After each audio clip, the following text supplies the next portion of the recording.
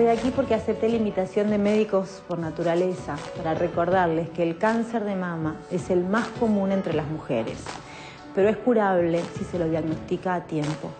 Para eso es indispensable el control médico, la autoexploración periódica y la mamografía. Recuerda que con solo 2 minutos de autoexploración puedes salvar toda tu vida.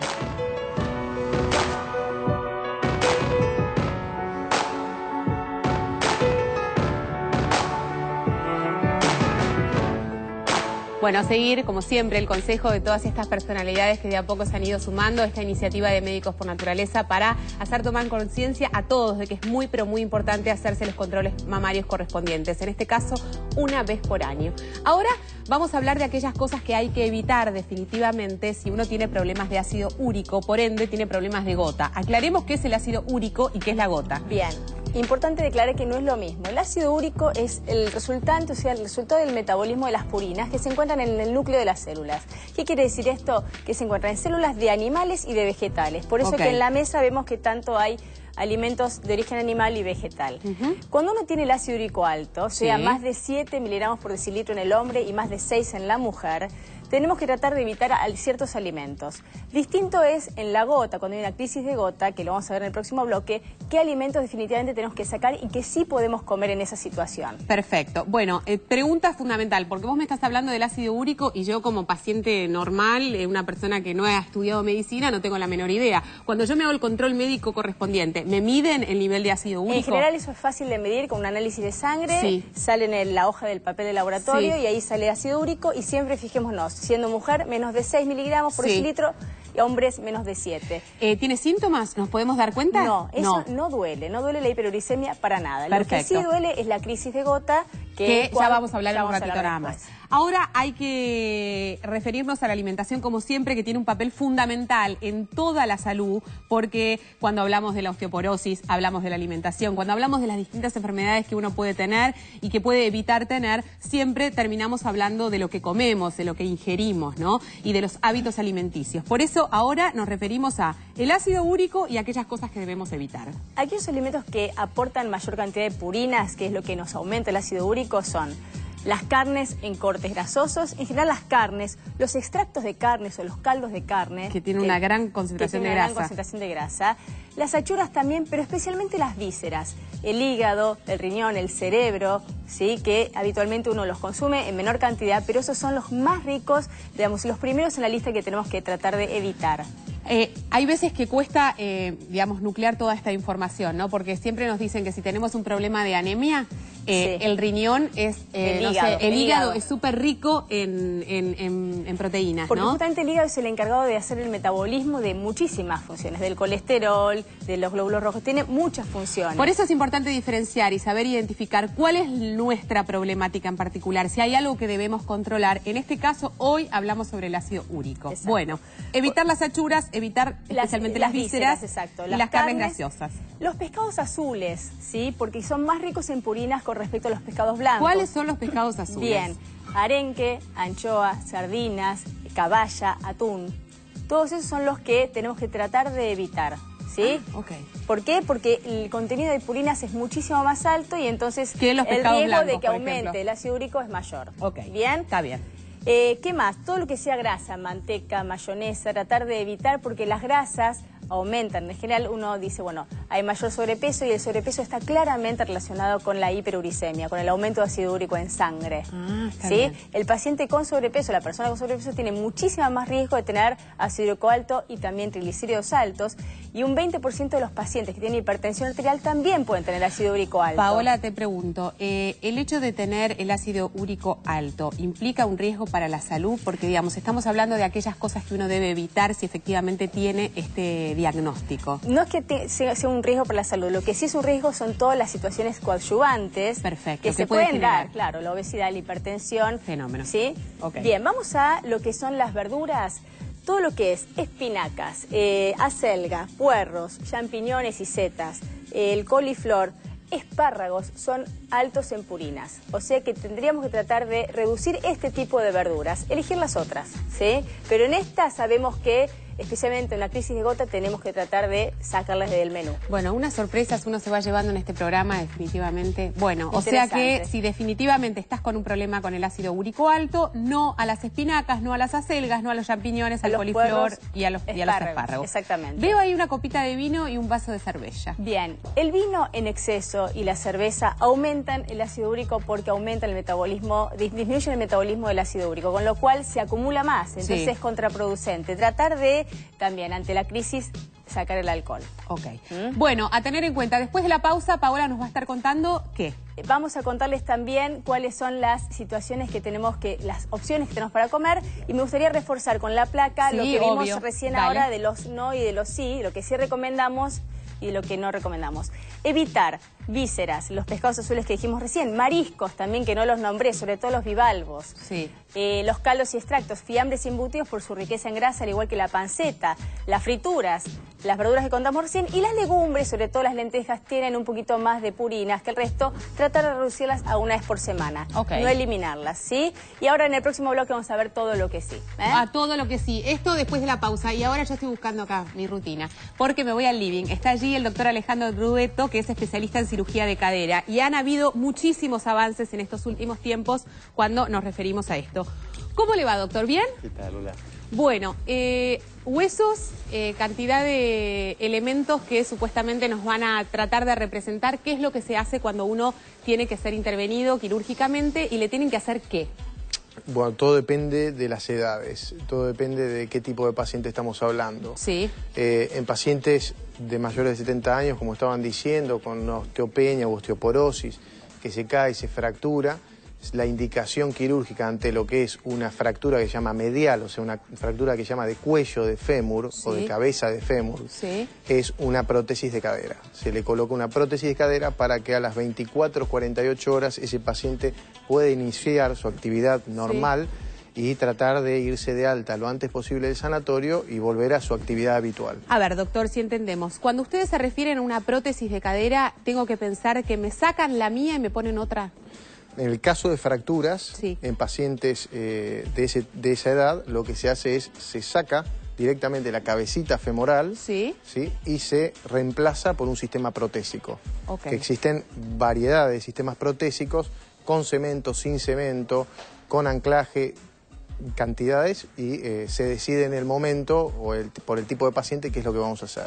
Bueno, ¿qué es lo que nosotros tenemos acá? ¿Qué es lo que vamos a ejemplificar? No, básicamente nosotros lo que podemos tener son pacientes que hayan tenido una fractura de cuello de fémur a este nivel o pacientes que tengan artrosis. Esos son dos tipos de pacientes totalmente diferentes. Hoy en día, en los momentos que estamos viviendo, vemos pacientes muy jóvenes, a veces... Esto le quería preguntar, ¿por qué? ¿Por qué ahora estamos viendo que personas de 50 años se tienen que operar de la cadera? Primero porque se diagnostican. Antes muchísimos pacientes no se diagnosticaban, existía dolor, les dolía la rodilla, les dolía el muslo, les dolía la ingle y nunca nadie sabía qué significaba eso. O sea que hacían referencia a un dolor más específico y en realidad esto tenía que ver con una problemática de cadera. Cantidad de pacientes se han operado de rodilla teniendo problemas a nivel de la cadera. Cantidad de pacientes. Perfecto. Y después, obviamente, continúan con la problemática y se decide la intervención definitiva, que es un reemplazo articular. Hoy en día existen distintos tipos de reemplazos articulares. Lo que estamos tratando de hacer son reemplazos articulares mínimamente invasivos, donde se trata de hacer heridas menores a 8 a 10 centímetros aproximadamente, donde uno no es por la estética, sino que es por toda la lesión muscular, ligamentaria, capsular que se produce dentro de la articulación. Y obviamente la recuperación es mucho más rápida, mucho más rápida. Hoy necesitamos que una mujer de 50, 60 años que sufre una fractura o que tiene artrosis y que pueda volver a su vida o a su actividad habitual por lo menos dentro de 25 o 30 días. Bueno, esto es un avance enorme, porque cuando uno hacía o pensaba en una operación de cadera, una intervención de este tipo, siempre las recuperaciones eran prolongadísimas, dolorosísimas y en general venían arrastrando una gran angustia y una gran depresión en el paciente porque sentía que estaba inválido y que de ahí en adelante tenía que realizar como un cambio de vida total, ¿no? Es así, es así. Hoy en día el objetivo número uno de los pacientes, cuando vienen los pacientes a vernos, muchas veces lo que hacen es preguntarnos si realmente justifica por la edad que tienen de operarse porque saben o escucharon en algún lado que se la van a tener que cambiar en 10 años la cadera. Sí. ¿Qué es lo que sucede? Hoy en día lo que se trata de hacer es mejorar la calidad de vida de ese paciente. Yo tengo pacientes de 40, 25, de 36 o de 70 años y lo que están tratando de buscar es calidad de vida. Con lo cual, si se tienen que volver a operar de aquí a 10 o 15 años, no importa. Lo importante es que haya pasado esos 10, 15 años de la mejor manera posible. Exacto. Y no asumiendo un dolor crónico. Exacto. Pero hoy en día, afortunadamente, con la tecnología que tenemos mundialmente, tenemos prótesis que sobreviven al paciente. ¿sí? Ah, ok. O sea que estas intervenciones cada 10, 15 Exacto. años ya no existen. Hoy en día lo que se trata de hacer también es preservar lo que se llama el stock óseo, el stock de hueso, no sacar la cabecita femoral. En el caso de pacientes con artrosis, por ejemplo, un paciente masculino de 50 años con artrosis deportista, lo que se hace es un reemplazo de superficie articular. Esto que vemos ahí, esto es lo que le colocan para generar... Lo que se hace es, se talla la cabecita femoral, se preserva la cabeza femoral del paciente, se le coloca una especie de capuchón al hueso, al fémur proximal, y a nivel del acetábulo se le coloca este sistema para que nuevamente vuelva a articular esta cadera. Ahora, yo pregunta de bruta, pero ¿esto en el cuerpo no genera ningún tipo de trastorno?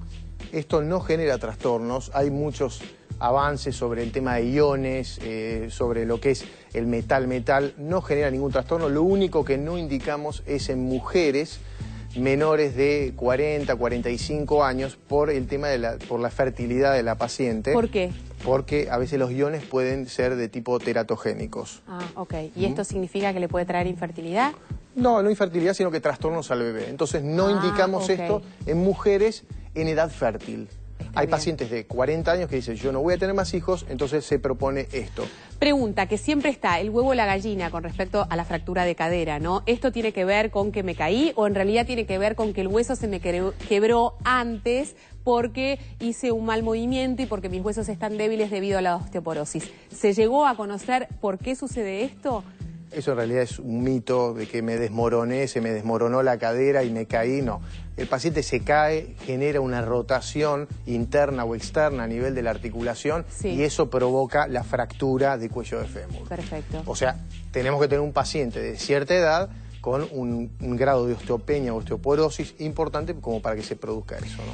Ahora vamos a estar hablando con el licenciado Resnikov enseguida de cuál es la recuperación kinesiológica adecuada después de una intervención quirúrgica de este tipo. Pero preguntarle, ¿tiene que estar en silla de ruedas una persona que ha sido operada de la cadera? ¿Cuánto tiempo?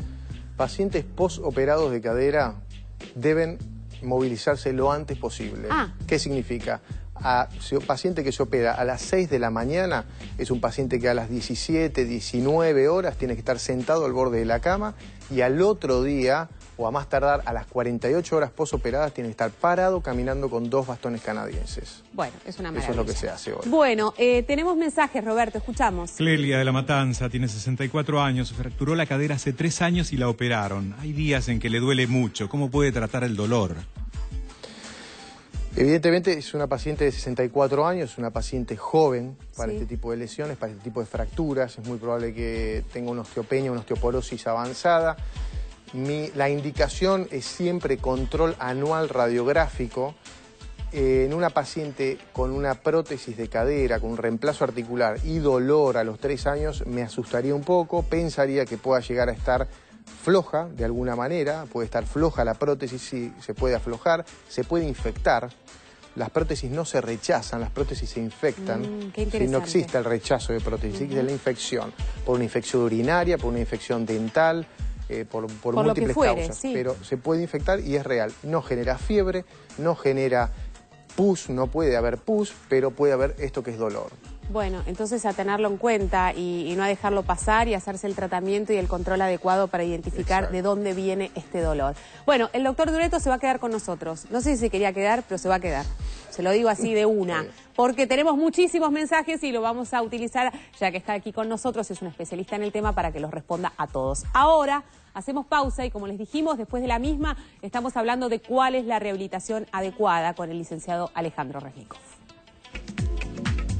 ¿Sabías que las fracturas de cadera son más frecuentes a medida que la gente envejece, debido a que las caídas son más probables y los huesos se vuelven menos densos? Las personas con osteoporosis pueden tener una fractura a partir de actividades cotidianas simples, no simplemente por una caída o una lesión dramática.